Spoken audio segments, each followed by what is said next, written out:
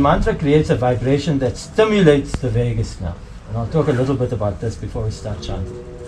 Stimulates the vagus nerve while relaxing the jaw, face and neck. Notice how the vibration feels throughout your body. So that's something I want to encourage you to do. We're going to chant. Our chanting will be Japa chanting. Japa, the word Japa in Sanskrit means softly in the mouth.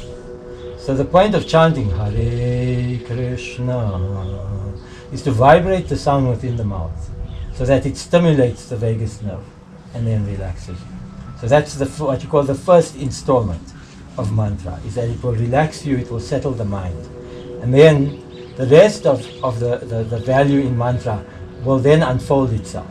It will reveal itself to you in time. Right? So I also really just wanted to chat quickly about what we are doing here today. So there's a word for what we are doing here today. In Sanskrit, I quote a lot of Sanskrit, obviously because I'm a Sanskrit guy. My teachings are mostly in the Sanskrit language. So what we have here today is called a satsanga. And so the word satsanga is made up of two words. Sat, which means truth actually, and also goodness. So the mode of goodness. And sangha means gathering, or a gathering of people, or people connecting with each other. So satsanga is people connecting with each other for a good purpose. Right? Chanting is everywhere in the world. Chanting is not an Indian thing. Chanting is not a Hindu thing. Chanting exists everywhere in the world. In fact, the first time I ever heard the word chant was when I was listening to a band called the Gregorian Masters of Chant, which was a Christian monk group. And all they would do was chant, and I loved it. I would play it all the time when I was young.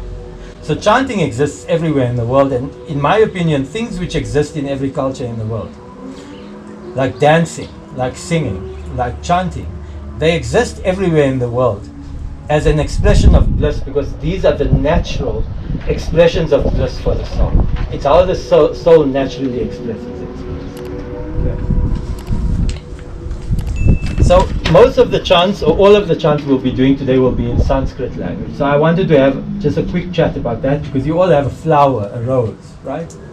And so a rose can be called, Shakespeare said, right? A rose by any other name still smells as sweet, right? So I wanted to talk about that. Let me get a rose for myself. I'm roseless here.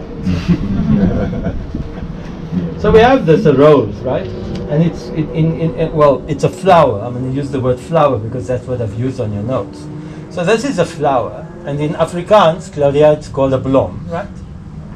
And in Sanskrit, it's called a pushpa, right? But no matter what you call it, right, it cannot change the fact that it's a flower. So a flower is a flower, a blom, and a pushpa.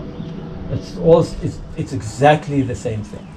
And why is that important? It's important because when you use a different language, it has the capability of creating separation rather than connection, right?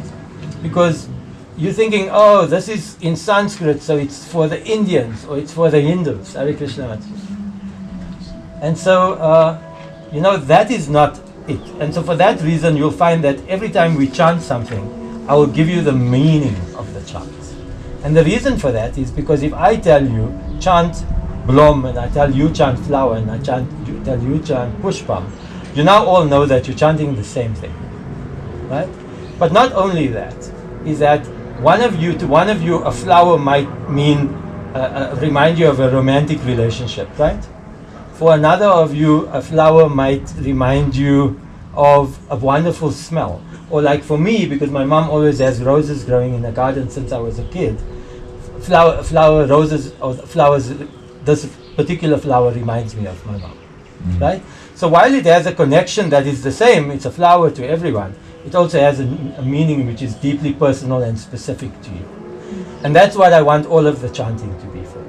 That while we all understand the meaning of it, and we all have that in common, that it has this meaning, but it also has a very personal meaning to you. Alright? So we'll start by chanting Om. We'll do a few minutes of that.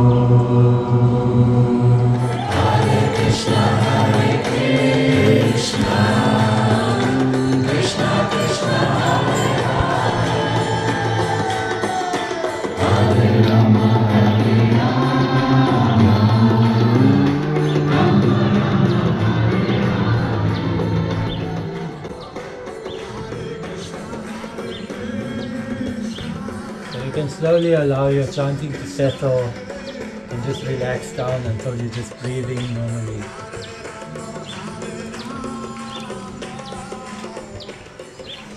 So you see, this Hare Krishna mantra is much more engaging, much more variegated, much more personal, you know.